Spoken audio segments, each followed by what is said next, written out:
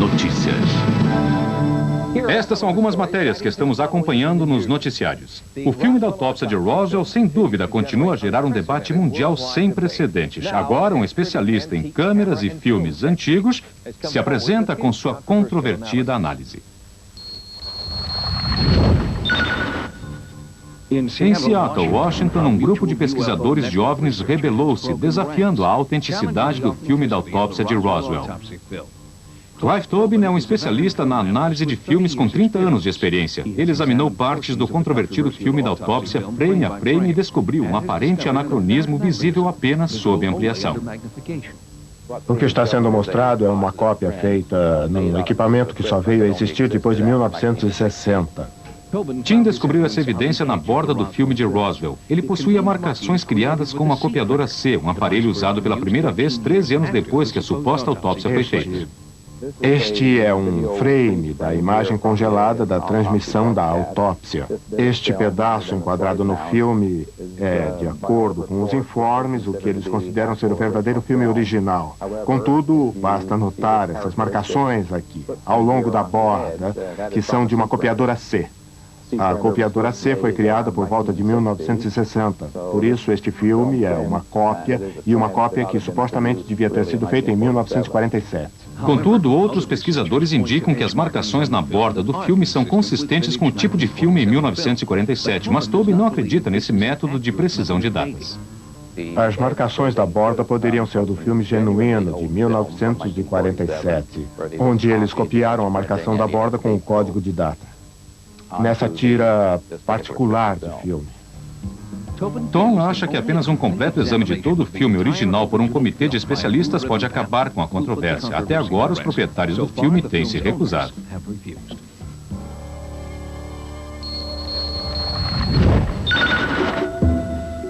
Em Canyon Lake, Califórnia, o autor Thomas Mayos completou sua tradução das antigas profecias do povo Hopi, que falam de um futuro sombrio para a humanidade. É a mensagem mais importante que o mundo vai ouvir até agora. Fala dos terrores que estão por vir e os terrores que o mundo já sofreu. Em seu novo livro, Volt Villa, Mayos detalha as 110 profecias feitas por Massal, o profeta do 12º século Hopi. As previsões de Massal até agora incluem a chegada do homem branco e o começo das duas guerras mundiais. E de acordo com Mayos, ele também previu a terceira guerra mundial nesse século, que vai destruir quase toda a vida na Terra. A base da crença de Mayos no final cataclísmico para o século XX é esta pedra, chamada a Pedra da Vida Hopi. Os símbolos na pedra, de acordo com a interpretação de Mayos, descrevem os violentos eventos que ocorreram neste século. Um símbolo adicional indica um evento terrível no futuro. Este símbolo, acredita Mayos, representa a bandeira da China. Acho que é provável que a terceira grande guerra começará com a China. Mayos acredita que vai haver poucos sobreviventes. Aqueles que acreditam nos avisos da pedra e aceitam a visão de vida e de natureza Hopi serão os poucos escolhidos. Isso tem a ver com a atitude e o sentimento que o torna, como se diz, um ambientalista natural. E quando as pessoas começarem a fazer essas coisas pelo mundo, toda a atitude do mundo vai mudar. A própria Mãe Terra vai se acalmar, porque ela vai saber que tudo vai ficar bem.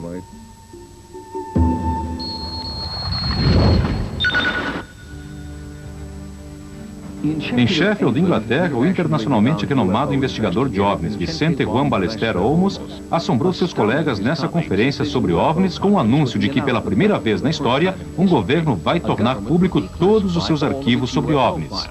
Esse país é a Espanha. Eles gostam de colocar selos em cada documento. Mas por que costumavam colocar selos de confidencial e sigiloso? Porque eles não sabiam como lidar com algo que era desconhecido para eles.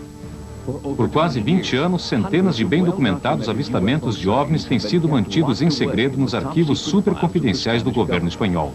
Olmos estava ciente de sua existência por bom número de anos, mas teve o acesso negado a qualquer tipo de material sobre os OVNIs.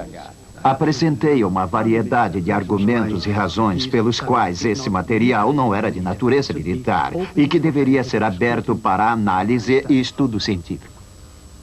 Até hoje, informes de 70 oficiais da Força Aérea Espanhola, considerados supersecretos de 1962 a 1979, foram liberados para Olmos e outros ufólogos espanhóis. Ao apresentar sua vitória na Conferência de Sheffield, Olmos espera que outros ufólogos façam uso do exemplo espanhol para ter acesso aos documentos sobre OVNIs de seus países. O efeito será bom para os ufólogos, porque vamos ter acesso a todo um acervo de novas informações. Traremos mais novidades no próximo programa. Agora, as atrações que vêm a seguir. A cidade de Exeter, em New Hampshire, voltou à sua normalidade depois de um encontro com um OVNI há 30 anos. O mesmo não aconteceu com as testemunhas. Queria que isso nunca tivesse acontecido. Gostaria de ser apenas uma pessoa normal, como todo mundo. Sábado de Sci-Fi. No Capitólio, as investigações do Congresso são reservadas para questões de grande importância. Questões que afetam a segurança, a prosperidade e os direitos dos cidadãos americanos. Com esse sentido de obrigação pública, Gerald Ford instalou uma investigação no Congresso em 1966. Uma investigação sobre uma série de avistamentos de OVNIs que o Pentágono não havia conseguido explicar de forma satisfatória. Incidente em Exeter. Não estamos escondendo nada. As investigações foram tornadas públicas. As explicações de coisas onde há uma explicação clara foram tornadas públicas. A audiência dessa manhã foi tornada pública pela mesma razão. Era uma época de inocência, quando um repórter experiente cobrindo uma história de OVNI esperava uma resposta direta da Força Aérea. Isso significa que a Força Aérea acredita que existam coisas como discos voadores?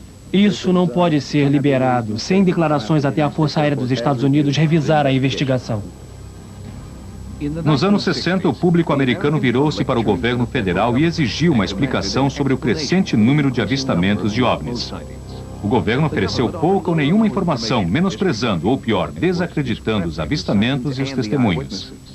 Em Exeter, New Hampshire, em setembro de 1965, os investigadores da Força Aérea chegaram na casa de Norman Muscarello, e Norman percebeu que tornar público seu encontro com um OVNI era um esforço perigoso. Eles entraram na cozinha de minha mãe. Perguntaram onde eu estava. Ele disse, cadê o Norman? Ela disse, na sala de estar. E ele foi direto até lá sem perguntar mais nada e disse, você calha essa boca. Não diga nenhuma palavra. O que exatamente pensa que viu? Ele estava tentando me dizer que eu não tinha visto o que eu vi.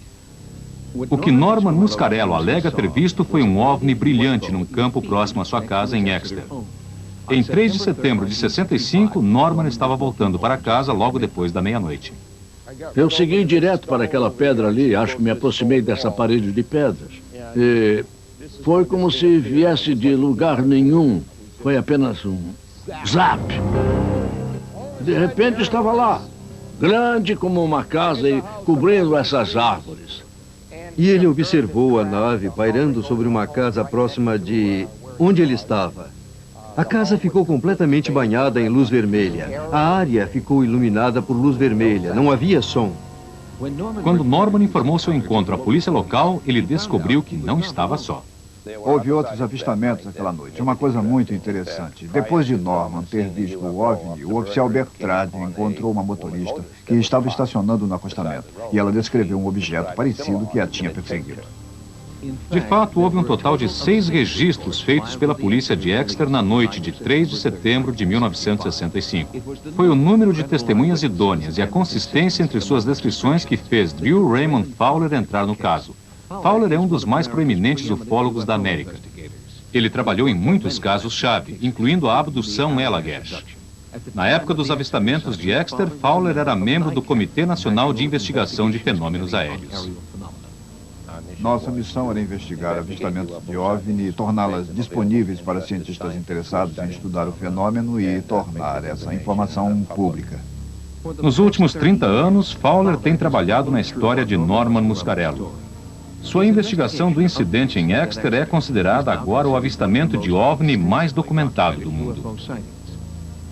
O que tornou este caso interessante para mim foi o fato de que um objeto tão grande quanto um celeiro foi visto a 150 metros das testemunhas. Quando os primeiros informes começaram a chegar à delegacia de polícia, o oficial Eugene Bertrand foi chamado a agir. Depois de ouvir a história de Norman, eles foram juntos investigar a área. Ele estacionou sua patrulha do outro lado da estrada. E seguimos nessa direção, por este caminho. Ele tinha uma grande lanterna em sua mão. Nesse ponto, o oficial da polícia David Hunt chegou e se juntou à busca a pé. E eles caminharam pelo campo e Norman gritou: "Olha lá, lá vem ele." Por sobre as árvores, um objeto veio na direção deles, com uma forte luz vermelha. Eles vieram sobre as árvores nessa direção. Se moviam por aqui, para lá, para trás, para frente. Então se moveram nessa direção e foram para o leste. Quando o OVNI foi embora, Norman e os dois oficiais voltaram à delegacia. Ao mesmo tempo, um repórter local estava cobrindo essa história para o jornal de Exeter. E a polícia e a imprensa não foram os únicos a investigar os avistamentos de OVNI. Oficiais da base da Força Aérea de Pease, próxima ao local, também se envolveram. Primeiro entrevistaram os oficiais Bertrand e Hunt, e depois Norman Muscarello, que alegou terem dito a ele para não falar sobre o que havia visto. Eu não tinha nenhuma dúvida. Estavam escondendo alguma coisa. Estou profundamente convencido de que o governo federal, seja o Exército, a Força Aérea ou a Marinha, estava ativamente pesquisando, tentando deduzir o que estava acontecendo. É significante que os avistamentos de Exeter tenham acontecido próximo ao estaleiro naval de Portsmouth e à base da Força Aérea de Pease. Os OVNIs parecem ter interesse em locais onde as armas atômicas estão estocadas ou onde a energia atômica está sendo gerada. E isso inclui lugares como o estaleiro naval Portsmouth, onde existem submarinos atômicos, e inclui lugares como a base da Força Aérea de Pease, onde armas atômicas estão estocadas. Fowler acredita que a Força Aérea lançou uma campanha de desinformação, sugerindo que o OVNI de Exeter foi um mero truque publicitário. É um caso clássico, onde você tinha testemunhas rivais vendo um objeto que não podiam identificar a curta distância, e aí colocam a Força Aérea para investigar, embora digam ao público que nada estava acontecendo. O incidente em Exeter foi o primeiro de uma série de avistamentos de OVNIs que culminou, um ano mais tarde, num avistamento em massa em Michigan. O público tornou-se cada vez mais insatisfeito com a explicação oficial dos militares, e uma comissão no Congresso acerca dos OVNIs foi proposta pelo então congressista Gerald Ford. Ele e outros homens e mulheres no Congresso acharam que a Força Aérea não estava lidando com o problema dos OVNIs de maneira apropriada porque estavam recebendo muitas reclamações do público interessado numa explicação. O exaustivo informe de Fowler sobre o encontro com o OVNI em Exeter foi incorporado aos registros do Congresso. Durante a audiência, em 5 de abril de 1966, a comissão apresentou as descobertas do informe Fowler aos oficiais da Força Aérea e pediu uma explicação. Achei que esse caso em particular era interessante e que isso mostrava que a Força Aérea não estava contando a verdade ao público. Eles discutiram o informe e a Força Aérea deu para trás e admitiu que o objeto era não identificado. O avistamento de Norman Muscarello teve profundos efeitos no futuro das investigações de OVNIs. Mas para ele, o incidente em Exeter continua sendo profundamente pessoal. Eu queria que isso nunca tivesse acontecido, Eu juro que sim. Gostaria de ter passado pela vida sem isso ter acontecido. Gostaria de ser apenas uma pessoa normal, como todo mundo. A investigação do Congresso obteve uma admissão da Força Aérea de que a nave de Exeter era, de fato, não identificada. Mas os ufólogos ficaram frustrados porque a investigação não prosseguiu e não houve outra comissão dentro do governo, já que nunca se tentou identificar exatamente o que era o objeto voador sobre Exeter naquela noite. Até bem recentemente, o mais antigo avistamento de OVNI conhecido parecia ter ocorrido perto de La Spezia, Itália, em 1558. Mas numa recente viagem ao Japão, encontrei com o principal ufólogo daquele país e descobri que o Japão também tem uma rica história de avistamentos de OVNIs que são muito mais antigos, datando de milhares de anos. A ascensão e queda dos grandes impérios japoneses tem sido meticulosamente documentada visando a posteridade numa história sem precedentes em todos os seus detalhes. E entre esses detalhes, existem estranhos números e artefatos sobre encontros encobertos, datando de milhares de anos. Kenichi Arai estuda OVNIs desde seus dias na Força Aérea Japonesa nos anos 40. Ele coleciona esculturas do período Dogo, que data de 1000 anos antes de Cristo. O que estas figuras representam ainda não é conhecido. Se olharem para as esculturas Dogo, elas lembram alienígenas. Não posso garantir, mas acho que é grande a possibilidade de que sejam algum tipo de ser não humano. A grande coleção de material sobre OVNIs que Arai possui agora está guardada numa biblioteca que ele criou e abriu ao público em 1979. Tenho muitos livros sobre OVNIs e ocorrências no Japão. Não existem muitas pessoas com uma biblioteca tão vasta quanto a minha. O interesse na ufologia japonesa é tão propalado que um simpósio nacional foi organizado em 1990 na cidade de Hakui, conhecida como um ponto de grande atividade de OVNIs. Bom, o que é interessante é que essas coisas são daqui mesmo, não são? Veja bem, esses objetos... Encontrei o administrador John Santacano. Ele me levou à exposição de OVNIs da cidade. Entre os objetos há uma carta de 1990 do então primeiro-ministro Toshiki Kaifu, que escreveu endossando o simpósio Hakui e expressando sua crença no significado dos avistamentos de OVNIs. O governo japonês tem certo interesse nessa área. Ele mantém encontros a respeito de OVNIs. Existem publicações do governo japonês sobre OVNIs. Eu vi a extensão do compromisso do governo japonês quanto ao estudo dos OVNIs no terreno de construção do primeiro museu japonês dedicado a OVNIs, um ambicioso projeto estatal e privado. Fale-nos sobre o museu de OVNIs. Por que será aqui em Hakui? Nós achamos que esse é um projeto muito importante. Hakui tem historicamente feito muitos avistamentos de OVNIs e é parte da cultura dos OVNIs. Em um dos mais antigos templos de Hakui, pude ver um pergaminho de 682 d.C. Ele conta a história de uma imperatriz que encontrou misteriosos objetos zigue-zagueando pelos céus. É um tipo de avistamento que ainda é reportado em Hakui hoje em dia. Mais recentemente por Isayoshi Miyazaki.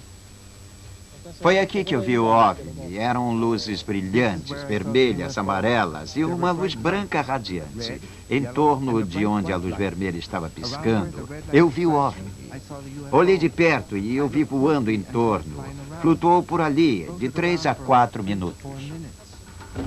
No Japão tem havido muitos casos de pessoas que alegam que fizeram contato ou foram sequestradas. Quando interrogadas em profundidade, chegou-se à conclusão de que a descrição dos casos é similar a incidentes ocorridos no mundo todo. Mas a atitude do mundo em relação à pesquisa ufológica geralmente não tem sido aceita e promovida como acontece no Japão. E a maioria dos ufólogos não obtém permissão para ter o acesso e o respeito que Arai agora possui. Sabemos que temos apoio do governo japonês. Com esse apoio, estamos construindo o Museu do OVNI. Estamos tentando educar as pessoas em relação aos OVNIs para que possamos trabalhar por uma paz universal. O Museu de Hakui, com seu formato de disco voador, está em fase de construção. Quando inaugurado em 1997, vai se tornar o templo da maior coleção de dados e artefatos sobre OVNIs do mundo.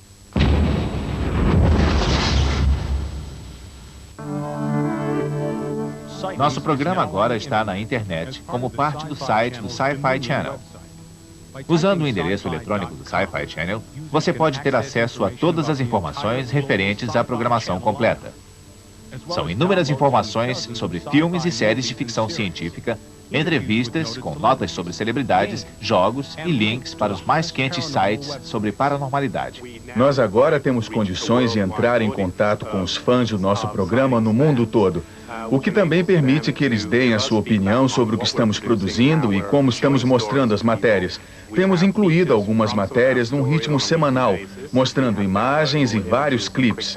Quando fizer contato com essa entidade, eu vou ficar um pouco hostil. Olá? Olá? Desde seu início, o Dominion virou o lar de todas as coisas da ficção científica na internet. Agora, com a adição desse programa online, nossa esperança é que se torne também o reduto de todas as coisas paranormais. Já em nosso site, todos têm acesso aos principais links paranormais na internet. Nós estamos querendo atingir uma audiência mundial e fornecer as mais atualizadas informações e notícias sobre o mundo paranormal. Se você tiver uma experiência paranormal, nos contacte pela internet no site do Sci-Fi Channel.